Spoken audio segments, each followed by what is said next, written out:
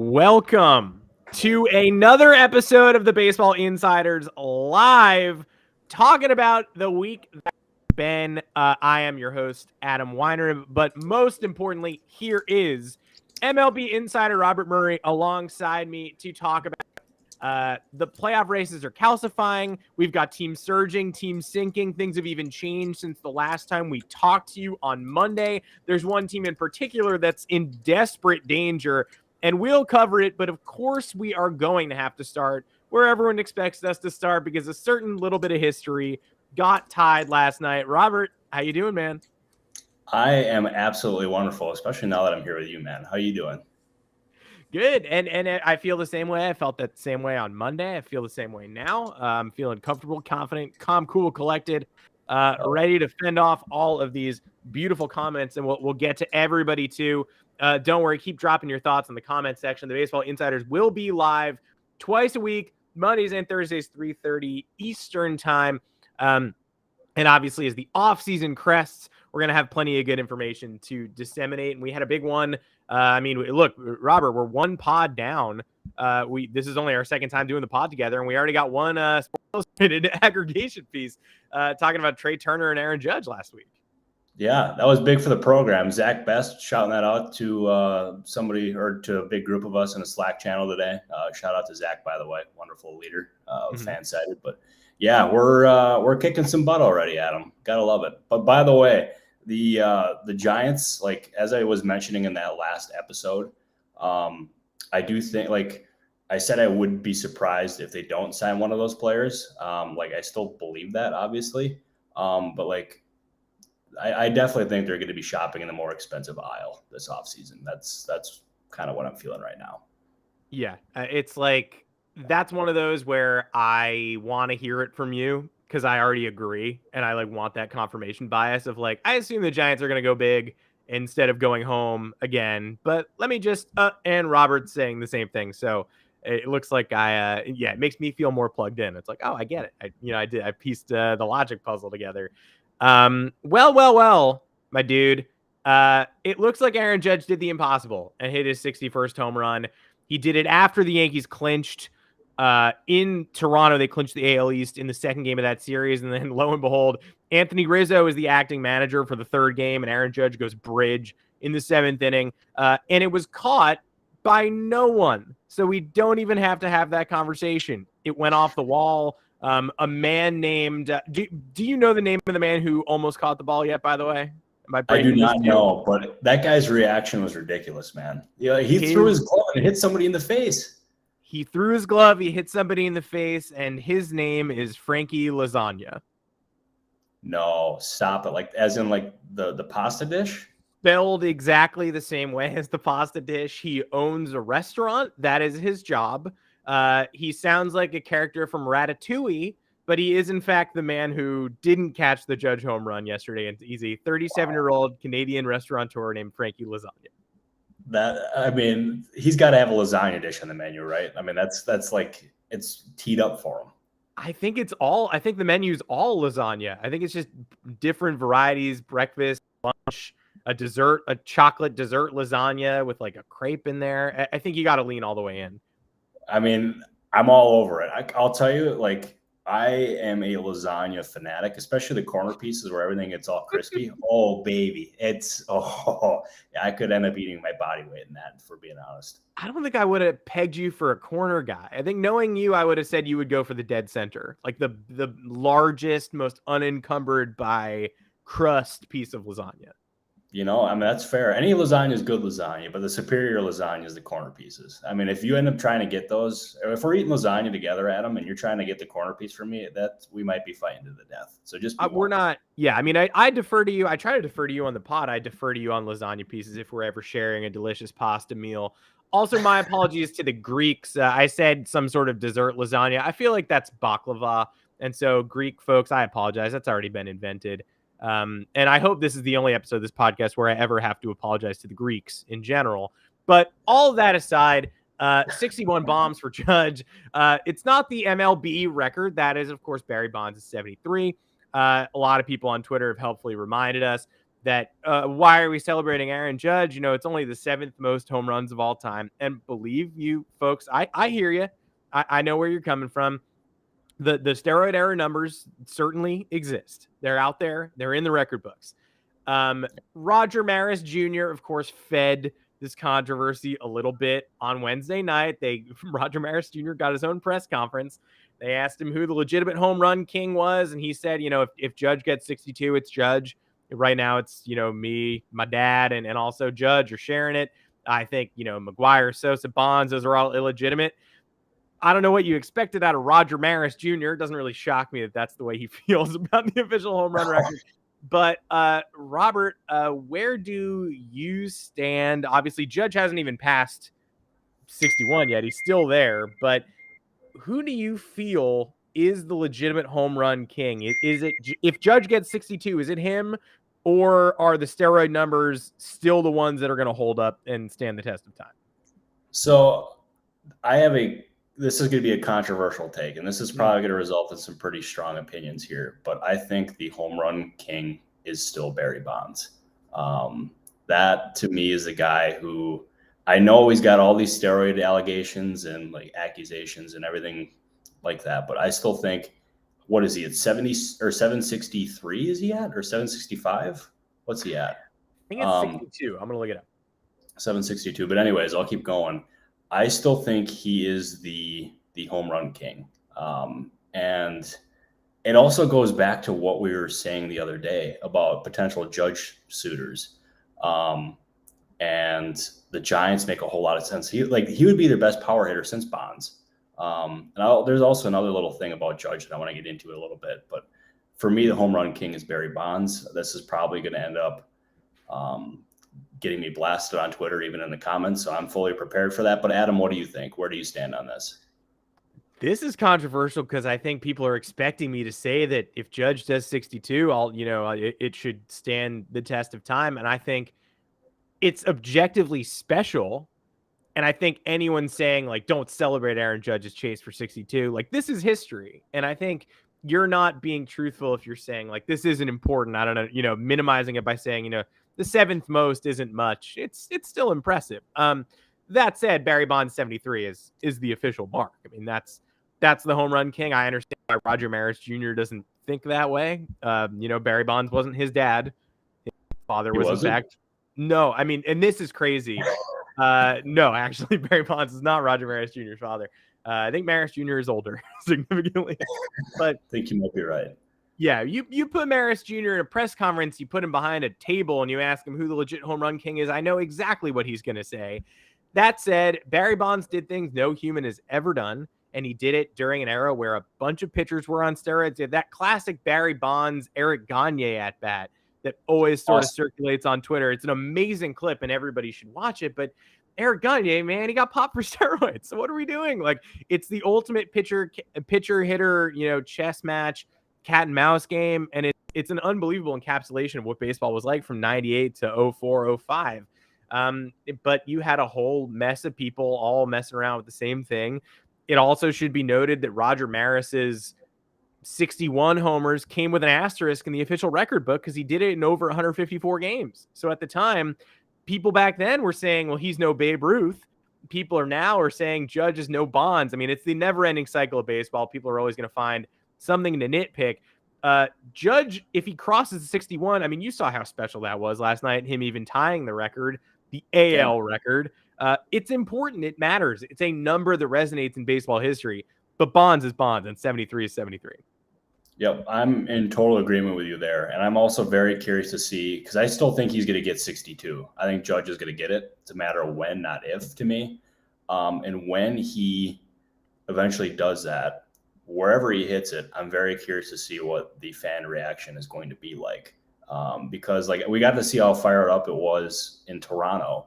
Let's say this happens in New York. He hits one into the left field bleachers. What is that atmosphere going to be like trying to go for that ball?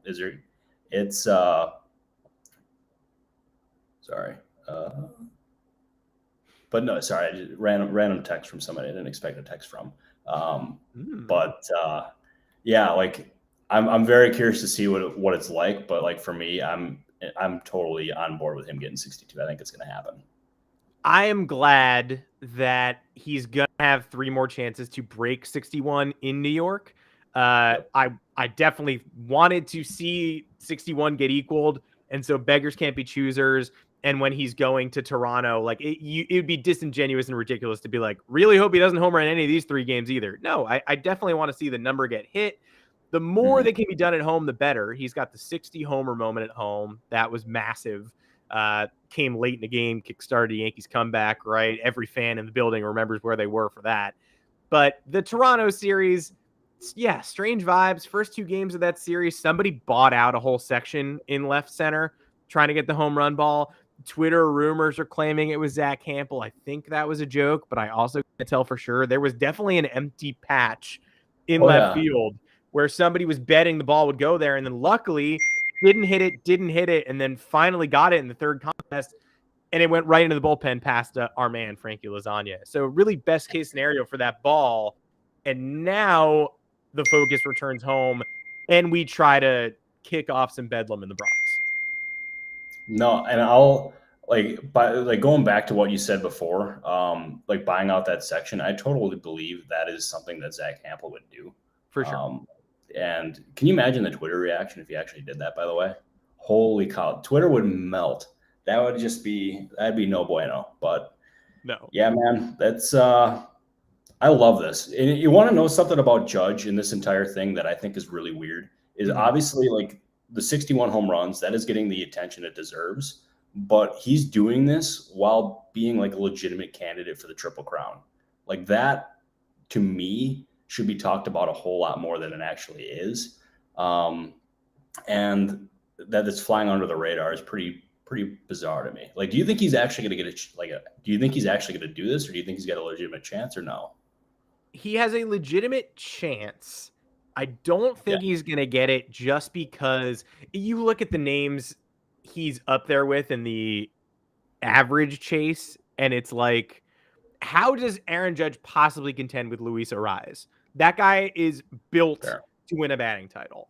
Like singles, left, right, center. Like nobody is more equipped to enter a week of meaningless baseball and just go 11 for 21 with 9 singles than Luis Ariz.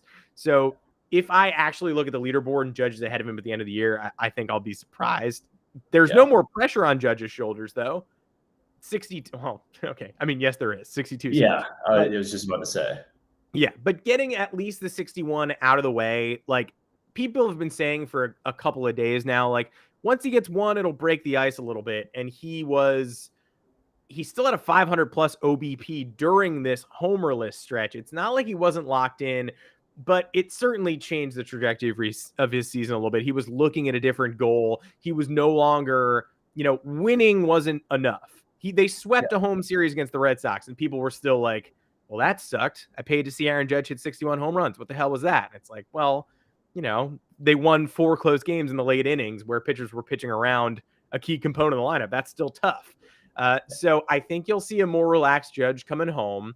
They did have that press conference. They got some of the history out of the way, and now it's time for him to be the baseball player he's been all year long. That said, I think he holds off Jose Ramirez in the RBI chase.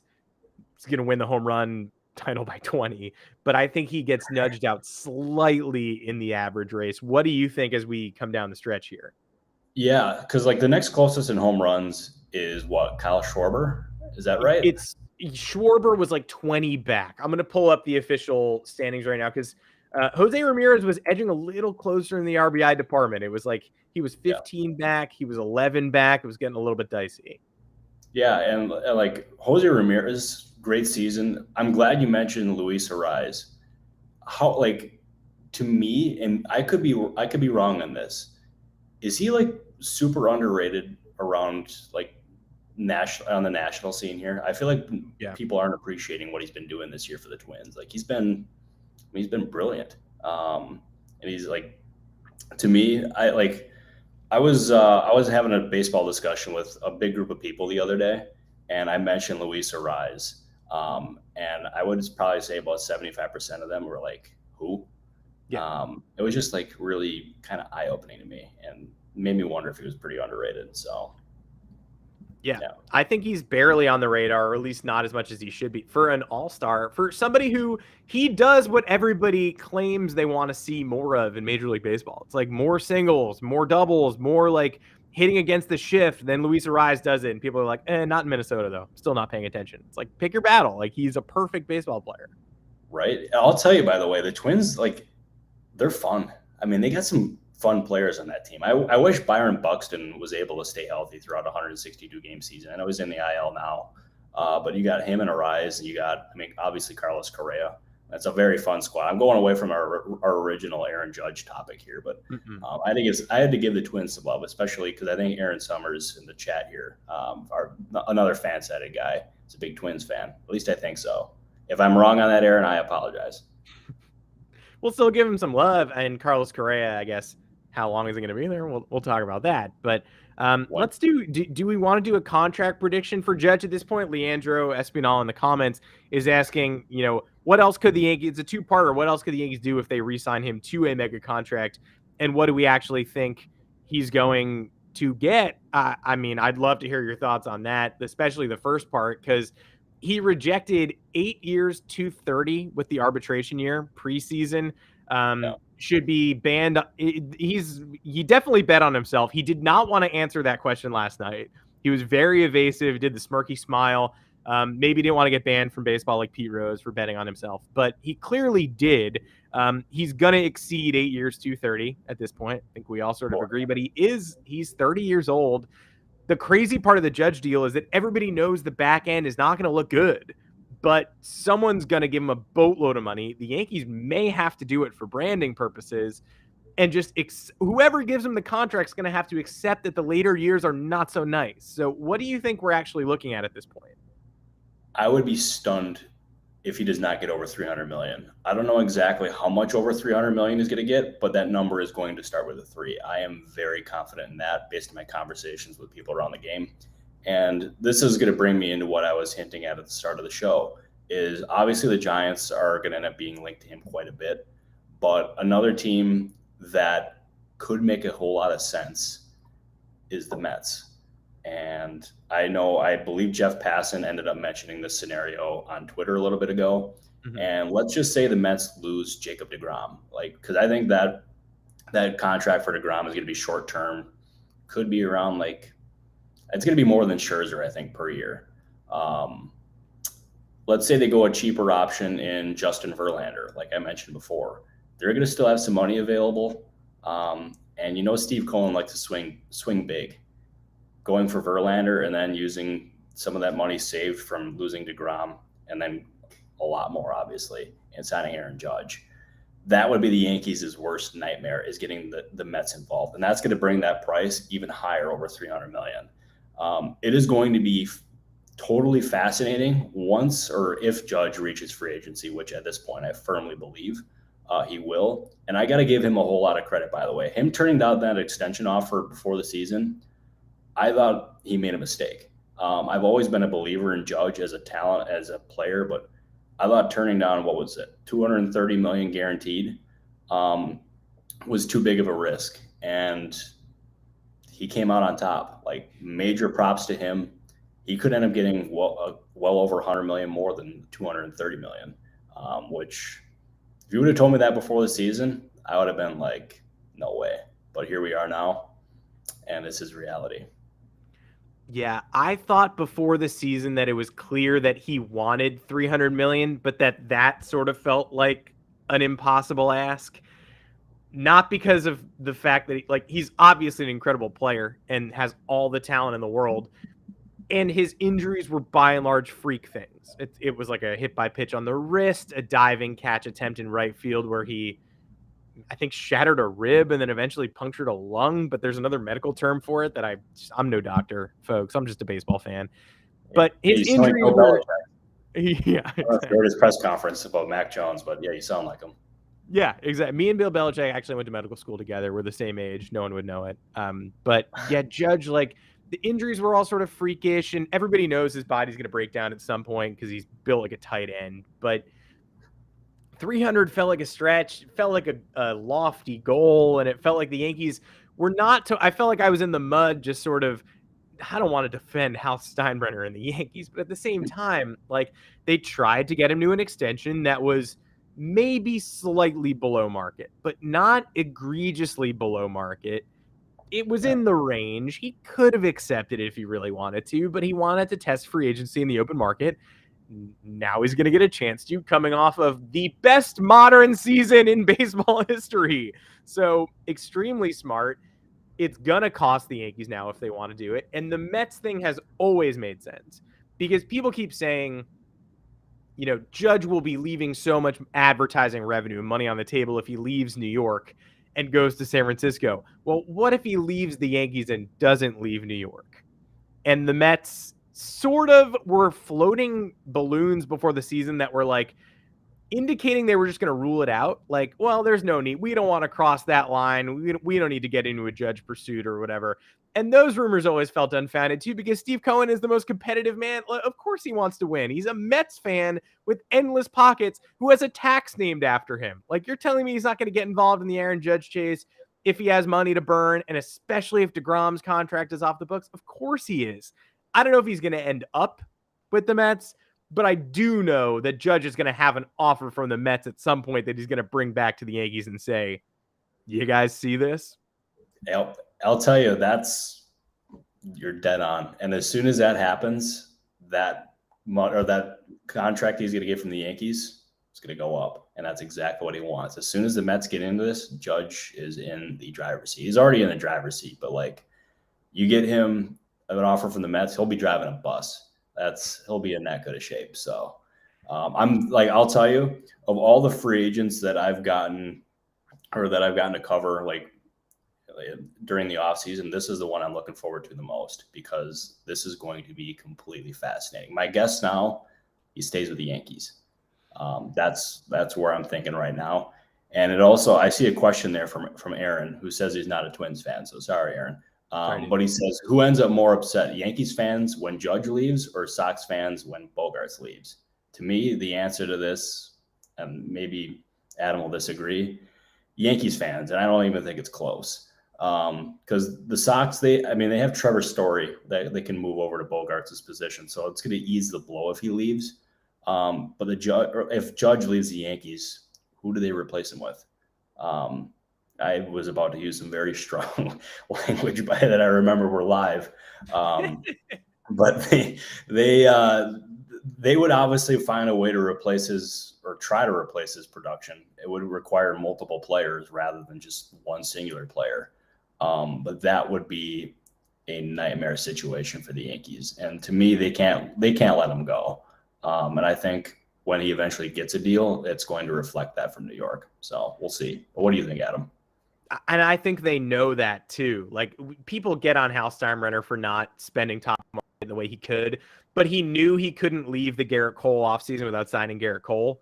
He knows he can't leave this offseason without inking Aaron Judge long term. He knows it's going to cost more than he wanted it to. It might. The question earlier alluded to the fact, like, what else can they do if they sign Judge to this crazy contract? I'm not sure they're going to do that much. They believe in their farm system. They've got Oswald Peraza up with the team right now. Oswaldo Cabrera up with the team right now. Anthony Volpe, Jason Dominguez just behind, hit homers from both sides of the plate to clinch the Double-A championship last night in a 15-0 no-hitter thrown by top pitching prospect Randy Vasquez. About as emphatic a championship clinch as you can get. So there's talent in the system, but they can't lose Aaron Judge. I think they know that. Yep. I'll leave Judge in a second, but I do want to ask, because I've sort of gone back and forth on this myself. Do you think that with every piece of history and every home run and all of these, Roger Maris parallels and post-game press conferences, do you think this makes it more or less likely that he resigns? Like, people will argue that every milestone homer raises the cost, but also every, homer weaves him deeper into the fabric of Yankees history, makes it tougher to let him go. No, it does. And it's a good question. I honestly don't. I don't know how much of an impact it's going to have. That's a good question. It made me think for a second, but like, I still think there's a better, like, the odds are in the favor of Judge returning. This is going to make it more expensive, of course, but I think the Yankees can go to that level if number continues to increase. But we'll see. Free agency brings weird things, Adam. We got to see that last year with Freddie Freeman. So, I mean, who knows if it happens again, but I don't think so. Yeah. And if Judge does leave, beware of any statements from Doug Gottlieb about how he feels about leaving New York. Do not tweet those before you vet him. I mean, you don't want to. I'm not getting sued again, folks. No, I'm just kidding. I've never been sued, but I don't want this to be the first time. Yeah, me neither. Yeah, let's. I'll no comment that, so I'm in the clear. So there we go. I'm also not making a comment. I'm just stating things that have happened when they've happened. What exactly has happened? So lips are sealed. On to the Philadelphia Phillies. Bert, I know you wanted to talk about this. I don't know if you're following right now. Live update from Chicago, from the not so friendly confines of Wrigley Field. The Phillies are once again losing 2-0. Gene Segura got caught stealing, wandering off a base earlier, moving towards second base on what he thought was ball 4. It wasn't. If the Chicago Cubs win this game, that will be a 3-game sweep of the Phillies. They are currently, before this game even concludes, their lead on that final wildcard spot is down to a half game over the Brewers. I will caution that the Phillies own the tiebreaker over Milwaukee. So if they finish the season tied, the Phillies still do move on to the bracket. So really it's like a game and a half lead, but that still is not much, folks. The Philadelphia Phillies appear to be in the middle of a postseason collapse.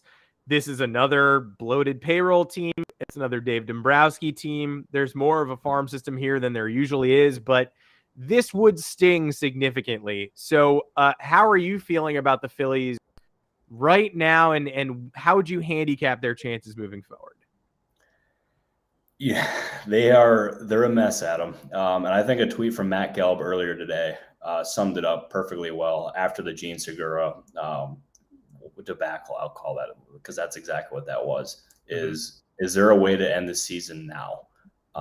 Because everything seems to be going wrong. And I was diving into the numbers last night as I was preparing for the show, and I looked. The Phillies in OPS, they're ranked like number 6, but in terms of runs, they're ranked like number 26. Their pitching ERA is 26th as well for this past month.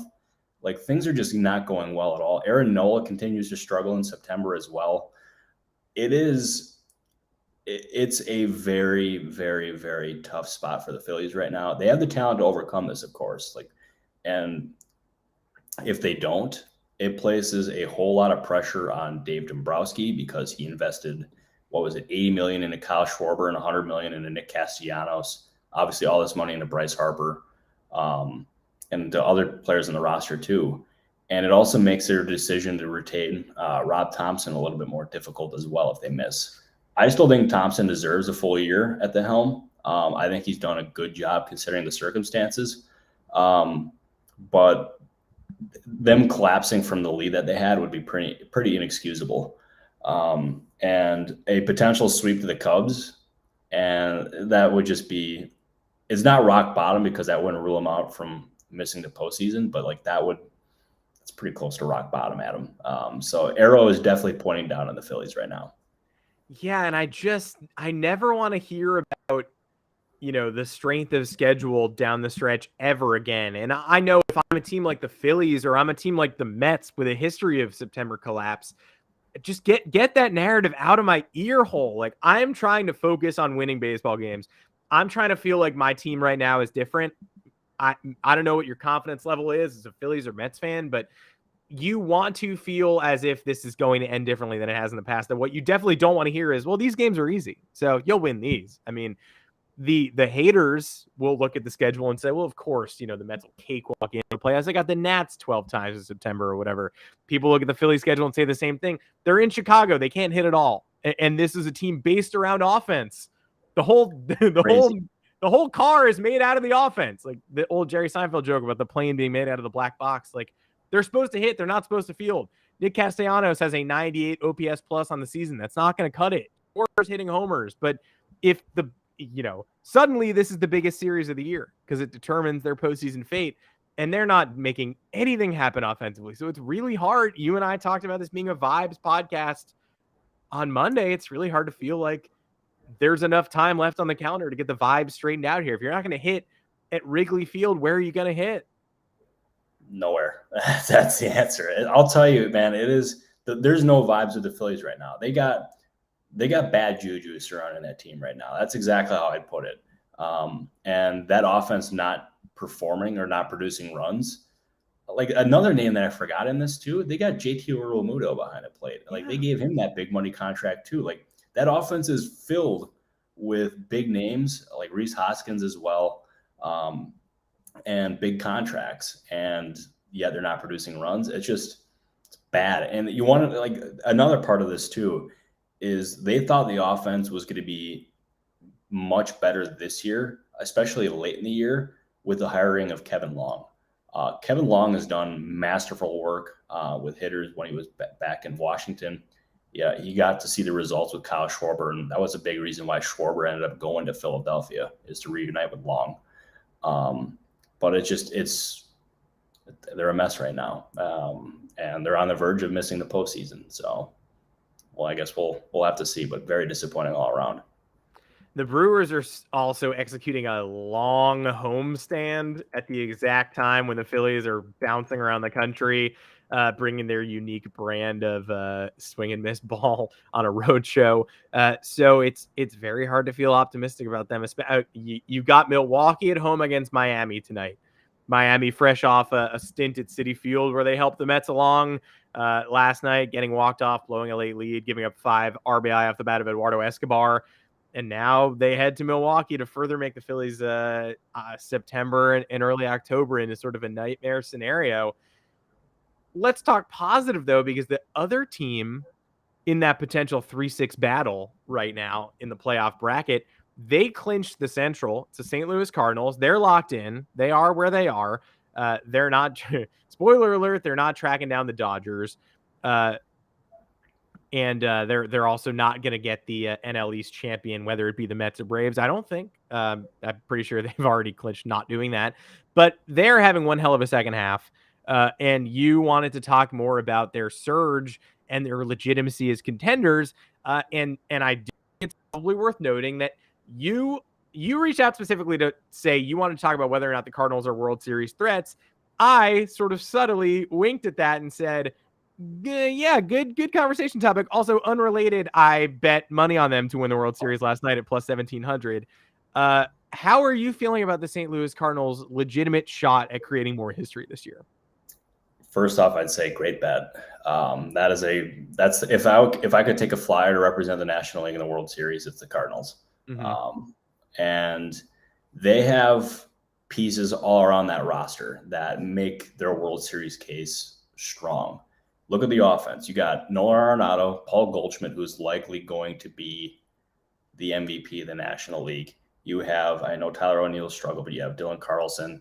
You have a lot of different guys on offense. How could I not mention Albert Pujols, by the way, who's had a great year. You look at their pitching staff.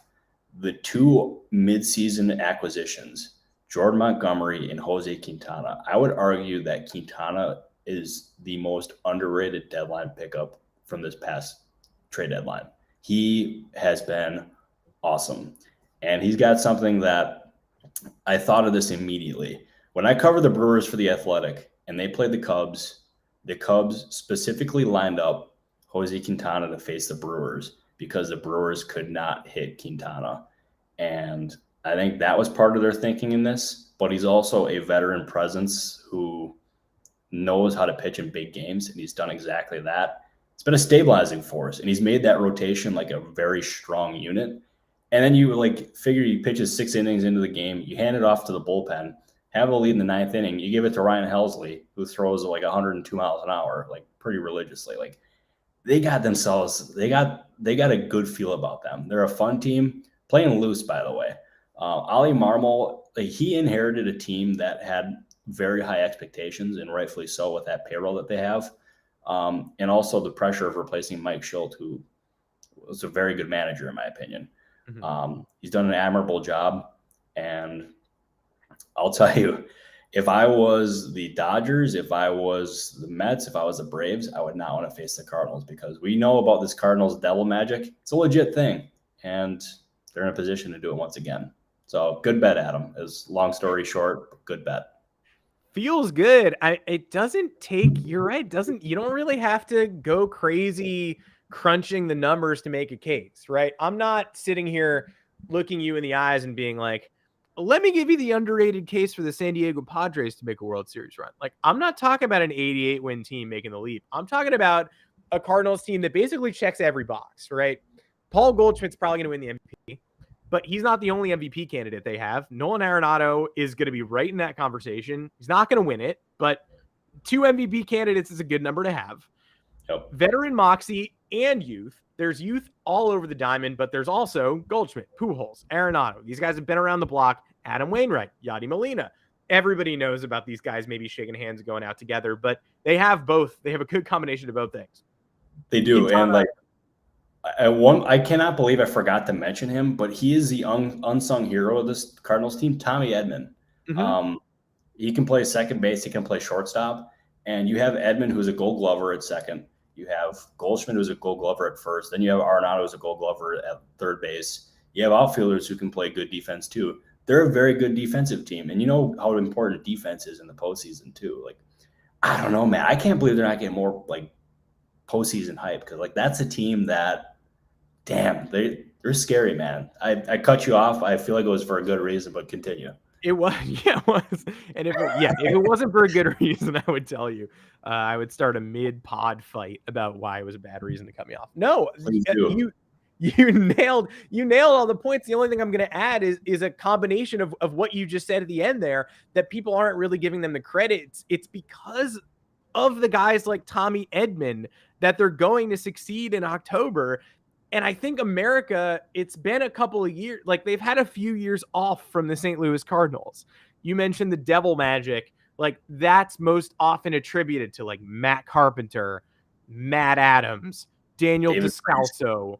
Yeah, these 270, 280 hitting, plucky, scrappy, annoying dude, Tommy Pham, like pulling these guys who sort of feel like they'd be career minor leaguers anywhere else, but in St. Louis, they perform. I just think a lot of America maybe isn't watching. Like, as FYI to the rest of the country, as soon as you watch the playoffs, you're going to learn about a large number of Cardinals who are exactly built in that mold. Like, when are the Cardinals at their most annoying? When they have 4 to 5 anonymous bench players, lineup rotators who could just rake. Brendan Donovan, 125 OPS plus, Juan Yepes, 121, Lars Nootbaar, not just a funny name, 130 OPS plus, Corey Dickerson. Lars Nootbaar, the man. I love him. Corey Dickerson's at 97. He's basically an average contributor off the bench. They have depth. They have stars. They have defensive versatility. And Lars Nootbaar, I can talk about all day, but like, the names I just listed off, I guarantee nobody's writing about Brendan Donovan in their playoff preview. 125 OPS plus, the dude hits. He does. And I'll tell you, like, so this is a really random little note about Lars Nootbaar, but he is the most unfortunate autocorrect that I've ever had texting a baseball executive. It autocorrected from Nootbaar to Tootbar. And now, like, whenever, like, we just call him Tootbar at this point. But anyways. The thing with that is Tootbar's not a word. So it's weird that like would be right? Like you must not have meant Nootbaar. You meant this other word, Tootbar. I'll tell you that I do some weird things. That's got to be one of the weirdest things I've ever done in baseball. Like, I mean, it's not even my fault, but like, goodness me. But yeah, we're riding the same. Yeah, Kurt mentioning with the emoji of the day. Yeah, there it goes. A whole bar it's like an oxygen bar, but for toots. Flatulence, yeah. Boy, a lot of toot talk on this podcast today. I gotta like it. Yeah, that's not enough. Yeah, Roger Maris Jr. lasagna. Roger Maris Jr. is kind of an old fart, and now toot conversation. Boy, yeah. Please subscribe to the Baseball Insiders for more insight like that. Yeah. Boy. Yeah, we're not going to be doing this on Monday. I guarantee you. This is the final fart Baseball Insiders pod. I promise you that. Remember when I opened my first episode with a dead serious monologue, and I was like, I'm going to give it my best every time out there. I can't wait to have these conversations. Episode 2, literally, it's like fart humor. Episode 2. Yeah, whatever. I'll tell you, my life motto is "Let's get weird," and this podcast is the epitome of that. So yeah, let's get weird. Let's get weird. A dog just walked into this room. A dog? A dog. Do you And not have a dog? all the doors are closed. There's a dog in the house, but I don't know why he's here. It's been lovely seeing him. But let's move on. I do want to talk. Let's get weird. I mean, legitimately, he wandered in here. All the doors are closed. I have no idea how he got here. Ceiling vent? No clue. I mean, you never know. Maybe your dog is secretly Spider-Man or something. That was Murphy, everybody. He's an amazing guy. I do want to ask you, and I want to get your thoughts on this, because this is the first time we've ever had this playoff format. And I think MLB is probably going to dive deeper in here and keep it and dig in and keep it up for quite a while. But this is the first time in baseball we have ever had the NFL conversation of rest versus rust, right? You want to stay hot entering the postseason, but there's never been an added element of basically having a playoff bye. The teams who are not in the one game wild card battle have faced this before. They've been able to reset their rotation. That's the obvious advantage. And also, you don't just have this one and done that's terrifying on your schedule. But now you have teams, the top two in each league, whoever wins the NL East, the Los Angeles Dodgers, the Yankees, and the Astros, who are just going to be sitting at home while a bunch of teams duke it out in best of threes, which is a better opportunity to build momentum than just a one and done. Do you think there's an element where the Yankees and Dodgers and Astros should be a little fearful of having all this time off? Or do you think it's just a benefit? Like it's just a big exhale at the end of the season? I'm not. I think rust is good on the surface, or not rust, but rest is good on the surface. Like it can get your players rested. It can get them recharge, get the energy just popping again. But too much time off, to me, that's a scary thing. Because if you get another team rolling that has been playing through the early rounds of the postseason, and you're off for a few days or a week or even something like that. Yeah.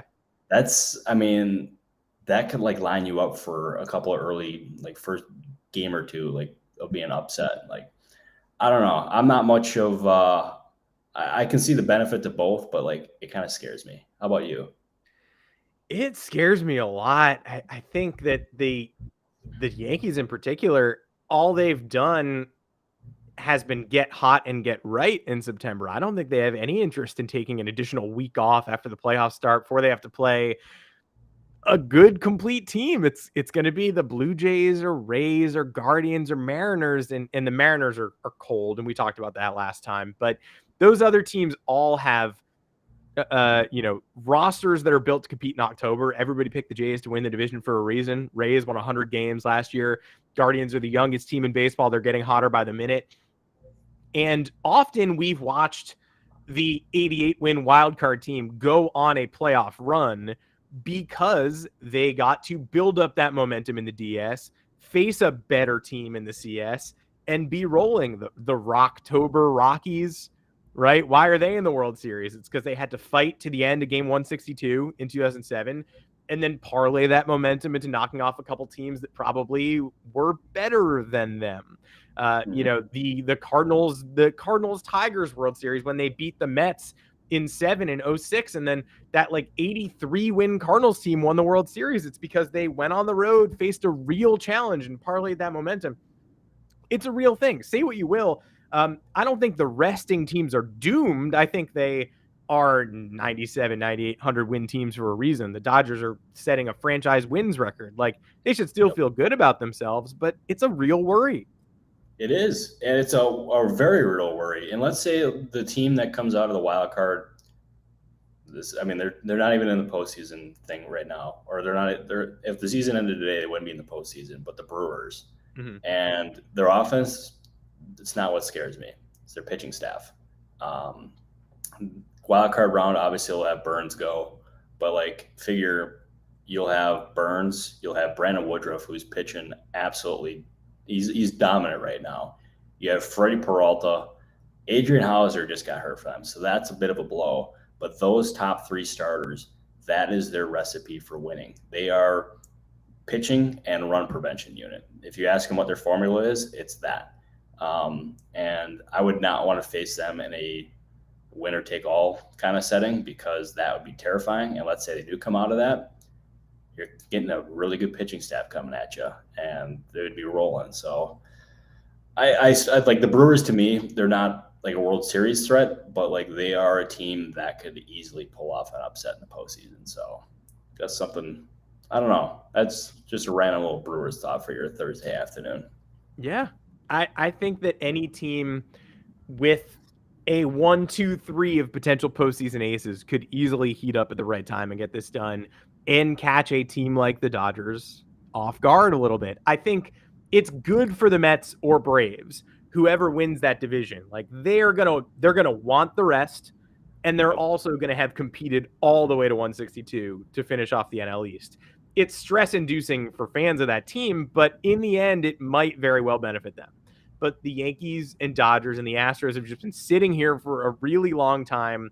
The Yankees have Aaron Judge's chase at history to bank on at least, but the Dodgers and Astros have had this locked up forever, and somebody's going to come into their house and be absolutely hungry to knock them off, and we'll see who that is. I'll tell you, if that ends up happening with the Yankees, I fully expect that podcast to be full of tears with you. So let's hope that doesn't happen, because I don't want to see you cry live on air. I could be overestimating myself. I usually can get myself together. I usually don't actively sob on live internet, but you never know. Behind the scenes he does, folks. You heard it here first. Oh, I mean, the pod will start at 3:30. We're going to be in here at 3:25. I'm going to be a wreck until we hit that button and go live, at which point, I'll be a gracious host. I'll put the necktie on. I'll put on the hat. I'll dance for you. But in the little pre-show, there will definitely be some tears shed. Yeah, that's a tie, a hat, dance. If you had a cane, you'd be like Mr. Peanut. Didn't expect to be saying that today, but yeah, let's. I thought you'd be saying that today. Maybe I wasn't saying. Mr. Peanut? Yeah, I don't know. I was kidding. Okay, I was actually thinking you were serious. That would have been like, whoa, of all the things to guess. But hey. No, I wish. But I'll make sure to dress with Mr. Peanut for Halloween. I'll give you the heads up before I do it. Oh, what a guy. Everybody. Should we let's do a quick commenter question here. Off-season question about the Red Sox. I wonder how you're feeling here. Do you have a feel on what they're going to do, what they want to do this offseason? There's a lot of money coming off the books there. They've got Xander Bogaerts and Rafael Devers to extend. I think Red Sox fans probably thought we'd be having the playoff conversation about them around this time of year, but instead we've got the offseason plan question. So do you have any pulse on what they're looking at? I believe it was Kike Hernandez who said that when he ended up signing his midseason extension, that Chaim Bloom said that they were going to spend in the offseason. So I do believe they will be spenders once again.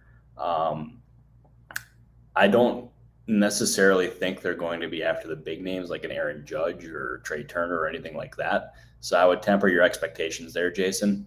But we've also seen players there indicate that they want to return. Rich Hill is one. I mean, that's not the most exciting option, but he's a left-hander. He's dependable when he's healthy. And Nathan Eovaldi as well. So if you bring at least one of those guys back, you have a rotation spot settled up. But I do think they're going to end up spending a fair amount this offseason. Just as I said before, don't get your hopes up for anything too big.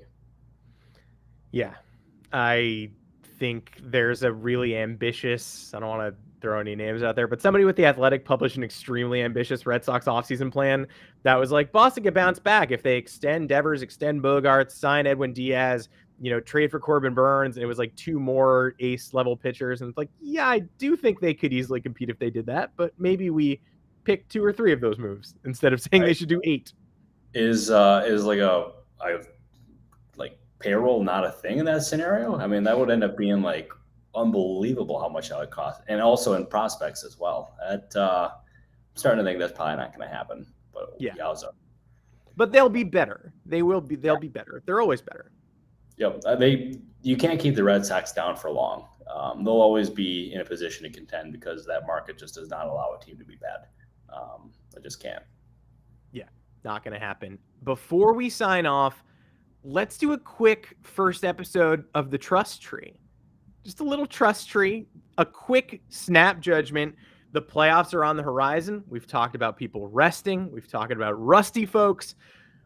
There are some question marks for some of the top teams. So just a knee-jerk reaction entering the postseason with a week of meaningless baseball to go. Do you trust the following things?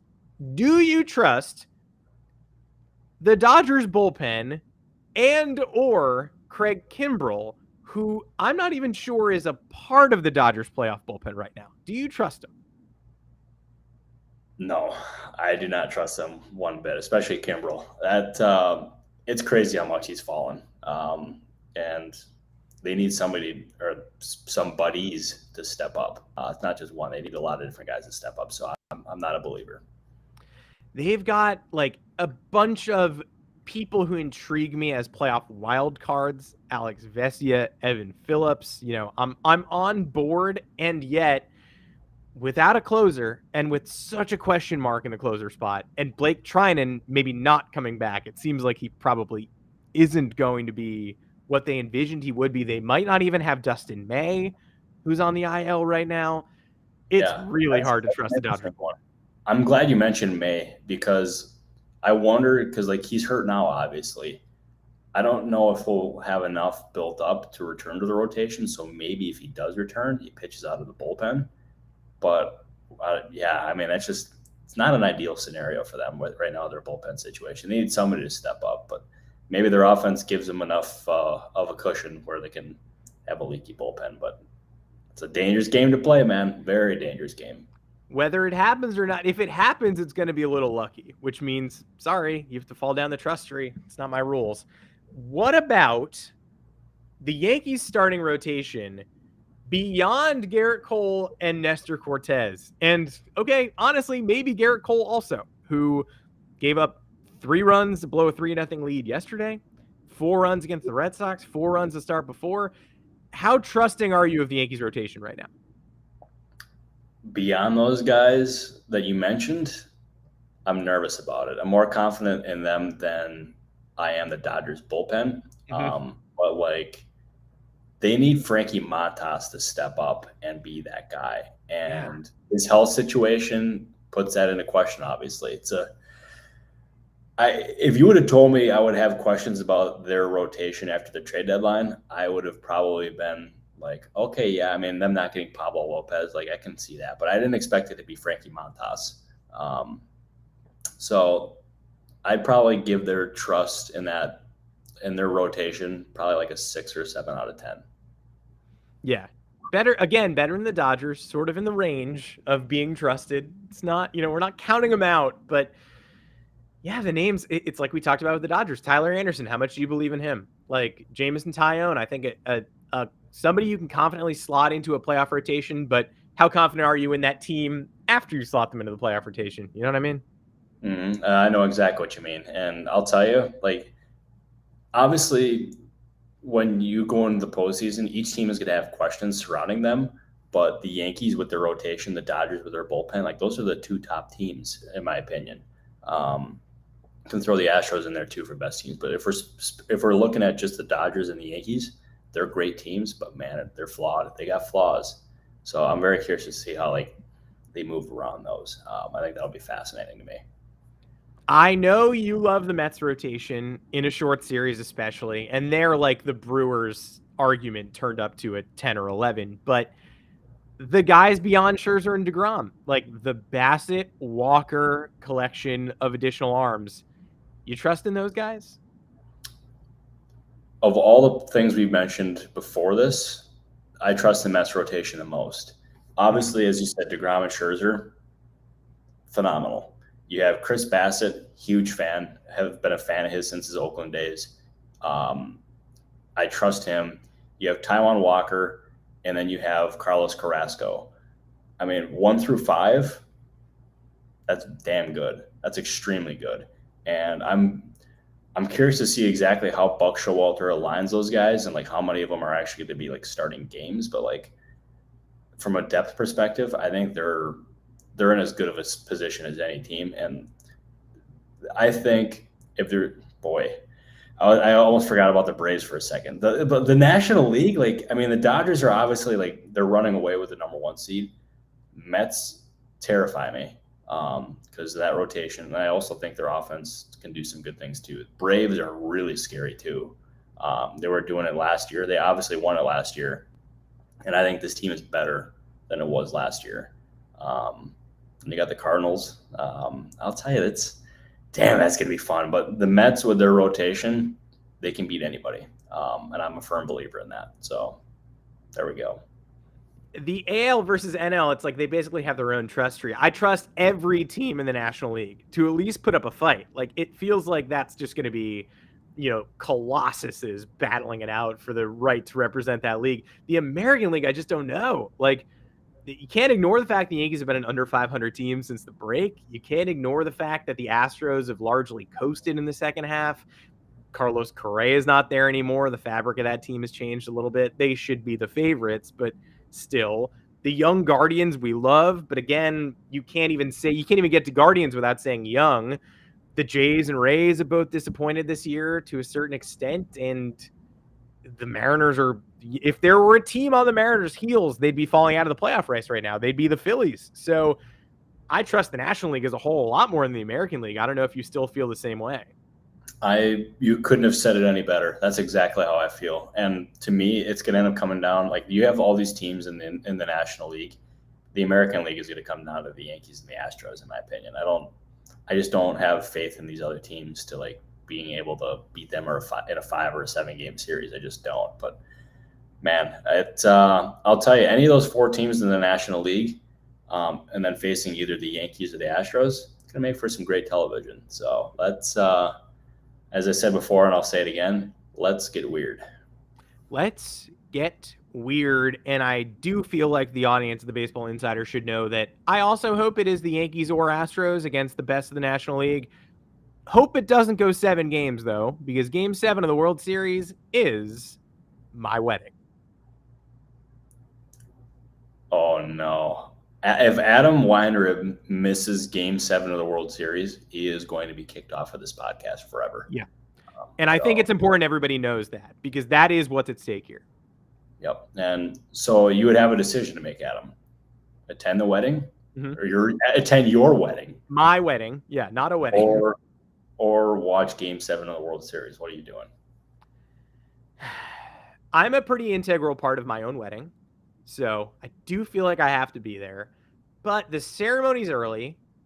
We'll be well past cocktail hour. We'll be sort of in the meet and greet phase, where I'm just walking around shaking hands, kissing babies, dancing with nieces. So I do feel like I'd be able to catch a peek at the game.